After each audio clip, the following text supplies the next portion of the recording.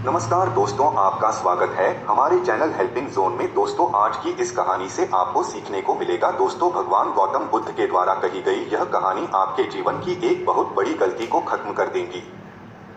दोस्तों, इसीलिए इस लाइफ चेंजिंग कहानी को अंत तक जरूर सुने। भगवान बुद्ध और एक सर्प की कहानी। एक बार गौतम बुद्ध अपने शिष्यों के साथ बैठे उन्हें कुछ समझा रहे थे। इतने में वहां पर राजा अजातशत्रु पहुंचते हैं और उनसे पूछते हैं कि जब से मैं आपका अनुयायी बन गया हूं, तब से सभी लोग मेरे सीधेपन का गलत फायदा उठा रहे हैं।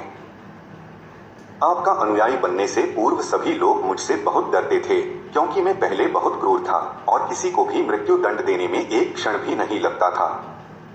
परंतु अब आपका अनुयायी बनने के बाद मेरा मन इन कामों को करने के लिए तैयार नहीं होता है और मैं सभी लोगों को प्रेम देना चाहता हूं। लेकिन कुछ लोग इस चीज का गलत फायदा उठा कर रहे हैं और इससे मेरे प्रजा को खतरा है और मेरे शासन में दिक्कतें आ रही हैं। अब आप ही बताएं कि मैं क्या करूं? बुद्ध कहते हैं कि तुम्हें इसका उत्तर एक कहानी के द्वारा देता हूं। एक बार एक भिक्षु एक गांव से गुजर रहा था और इस गांव में बहुत ही बड़ा पीपल का वृक्ष था। भिक्षु सोचता है कि बहुत देर चलते चलते हो गई है, अब कुछ देर के लिए इस पेड़ के नीचे आराम करता हूँ।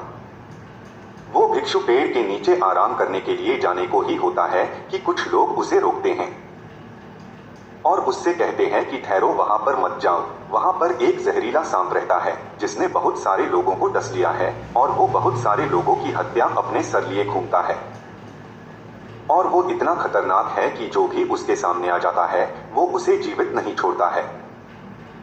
वो भिक्षु मुस्कुराता है और इस व्यक्ति से कहता है कि एक दिन तो सबको मरना है, तो अगर मुझे आज मरना है तो इसमें कौन सी बड़ी बात है। आप मेरी चिंता ना करें और मुझे जाने की आज्ञा दें। और वो भिक्षु वहां पर आराम करने के लिए उस पेड़ के नीचे चला जाता है और वहां पर अपना आसन बिछाकर बैठ जाता है। कुछ ही क्षण में वो जहरीला सर्प उस भिक्षु के सामने आ जाता है और उससे कहता है कि हे व्यक्ति, क्या तुम्हें मुझसे डर नहीं लगता? और क्या तुम्हें पता नहीं है कि यह मेरा इलाका है और यहाँ पर आने की किसी की हिम्मत नहीं होती। फिर वह भिक्षु उस सर्प से बड़े प्रेम पूर्वक कहता है कि हे भाई, इसमें डर वाली कौन सी बात है? तुम जो भी करते हो वो इसीलिए तो करते हो क्योंकि तुम्हें डर है कि कोई तुम्हें मार न दे, इसीलिए तुम दूसरों को डसते हो। मुझे किसी बात का डर नहीं है, ना मुझे मृत्यु का भय है और ना ही मुझे जीवन की लालसा है। कोई मुझे नुकसान पहुंचा ही नहीं सकता है, तो मैं तुमसे क्यों भयभीत हूं? सर्प को गहरा आघात पहुंचता है। उसने आज तक ऐसे व्यक्ति देखे थे जो उसे मारने की कोशिश करते और उसने आज तक ऐसे व्यक्ति देखे थे जो उससे डरकर भागते थे। आज तक उसने ऐसा व्यक्ति नहीं देखा था जो उसे देखकर बिल्कुल भयभीत ना हो। उसके बाद वह सर्प उस भिक्षु के चरणों में लेट जाता है और उनसे कहता है कि हे प्रभु, मैंने आज तक जो भी किया वो सब अपनी जान बचाने के लिए किया, क्योंकि अगर मैं इस तरह का रूप धारण नहीं करता तो लोग मुझे जीवित नहीं छोड़ते। भिक्षु कहता है कि तुम बिल्कुल सही कह रहे हो, लेकिन अगर तुम जीवन के इस मोह से मुक्त होना चाहते हो तो तुम शांत हो जाओ और प्रेम से भर जाओ और जानो कि जीवन एक दिन खत्म हो ही जाएगा और उसके लिए बुरे काम करने की कोई आवश्यकता नहीं है। इतना कहकर वो भिक्षु वहां से चलता है और वो सर्प अपने भीतर इन बातों को रख लेता है और प्रण लेता है कि आज से वो कोई भी गलत कृत्य नहीं करेगा।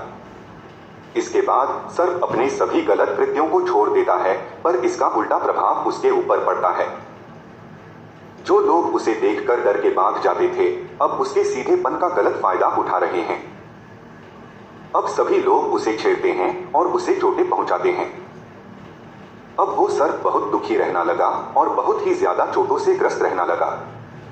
अब वो लोगों को कोई भी नुकसान नहीं पहुंचाता था और सभी लोगों से प्रेम करने की कोशिश करने लगता था, परंतु लोगों का उससे जो वह था वो ही उसे सुरक्षित रख रहा था, क्योंकि अब कोई भय नहीं है, इसीलिए लोग उससे डरते नहीं हैं। कुछ दिन बाद वही भिक्षु दोबारा से उस वृक्ष के नीचे आकर बैठता है और उस सर्प को देखता है और बड़ा आश्चर्यचकित होता है कि पहले इस सर्प की क्या स्थिति थी और अब इसकी स्थिति क्या हो गई है। भिक्षु से कहता है कि हे प्रभु, जब से आपने मुझे यह कहा है कि शांत हो जाऊं और प्रेम को अपनाऊं, तब से लोगों ने मेरे साथ गलत व्यवहार करना शुरू कर दिया है और जिससे मुझे अपना जीवन जीने में बहुत कठिनाई हो रही है। अब आप ही बताइए कि मुझे क्या करना चाहिए।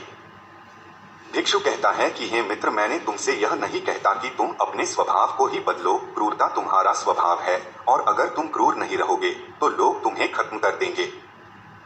इसका अर्थ यह नहीं है कि तुम अपना भीतर से जो उद्देश्य है उसको गलत रखो। दोस्तों, इसका अर्थ यह है कि आपको भीतर से अपने आप को सही रखना है, बाहर से आपको वो दिखाना होगा जो जरूरी है। क्योंकि सर्प एक जहरीला जीव है और लोगों के मन में उसके लिए डर होना जरूरी है। वह भिक्षु उस सर्प से कहते ही कि अगर लोगों के मन में तुम्हारे लिए भय नहीं होगा तो लोग तुम्हें हानि ही पहुंचाएंगे। परंतु तुम्हें भीतर से अपने आप को सही रखना चाहिए कि तुम्हें किसी को कोई नुकसान नहीं पहुंचाना चाहिए, केवल अपना भय बनाए रखना है। तो इसके बाद बुद्ध अजातशत्रु से कहते हैं कि अजातशत्रु, तुम इस कहानी से क्या सीखे? और इसका अर्थ यह है कि तुम अपना स्वभाव मत बदलो बल्कि अपने आप को भीतर से बदलो। अगर तुम अपने आप को प्रेम पूर्ण पाओगे और अपने उद्देश्य को अच्छा पाओगे तो तुम्हें उससे खुशी मिलेगी। यहाँ पर इस बात की तनिक भी जरूरी नहीं है कि तुम बाहर से लोगों क्या दिखाते हो। जरूरत सिर्फ इस बात की है तुम भीतर से अपना क्या उद्देश्य रखते हो। दोस्तों, इस कहानी के माध्यम से मैं आप सभी को यह समझाना चाहता हूँ कि हम इस तरह की गलती बार बार करते हैं। या तो हम किसी काम को एक्सट्रीम लेवल पर करते हैं या तो उसे हम बहुत कठोर बनाते हैं या करते ही नहीं है। अगर आपको भी इस तरह की कोई आदत है कि आप अपने किसी काम को बहुत ज्यादा कठोर बनाकर करते हैं तो मैं आप सभी से यह निवेदन करता हूं कि आप उसे पहले सरल बनाएं और उसे इस योग्य बनाएं कि आप उसे कर सके। और जब आप उस योग्य हो जाए कि उस कठिन काम को भी कर सके तो उसे भी करिए। अगर आपको भी इस तरह की कोई आदत है कि आप अपने किसी काम को बहुत ज्यादा कठोर बनाकर करते हैं तो मैं आप सभी से यह निवेदन करता हूं कि आप उसे पहले सरल बनाएं और उसे इस योग्य बनाएं कि आप उसे कर सके। और जब आप उस योग्य हो जाए कि उस कठिन काम को भी कर सके तो उसे भी करिए। अगर आपको आज का मोटिवेशन स्टोरी अच्छी लगी हो तो चैनल को सब्सक्राइब करें और बेल आइकॉन प्रेस करें ताकि आने वाली वीडियो की नोटिफिकेशन आपको मिलती रहे, और वीडियो को शेयर और कमेंट करें ताकि हम मोटिवेट हो सके और अच्छी मोटिवेशनल स्टोरी आपके लिए ला सके। आपका बहुमूल्य समय देने के लिए धन्यवाद।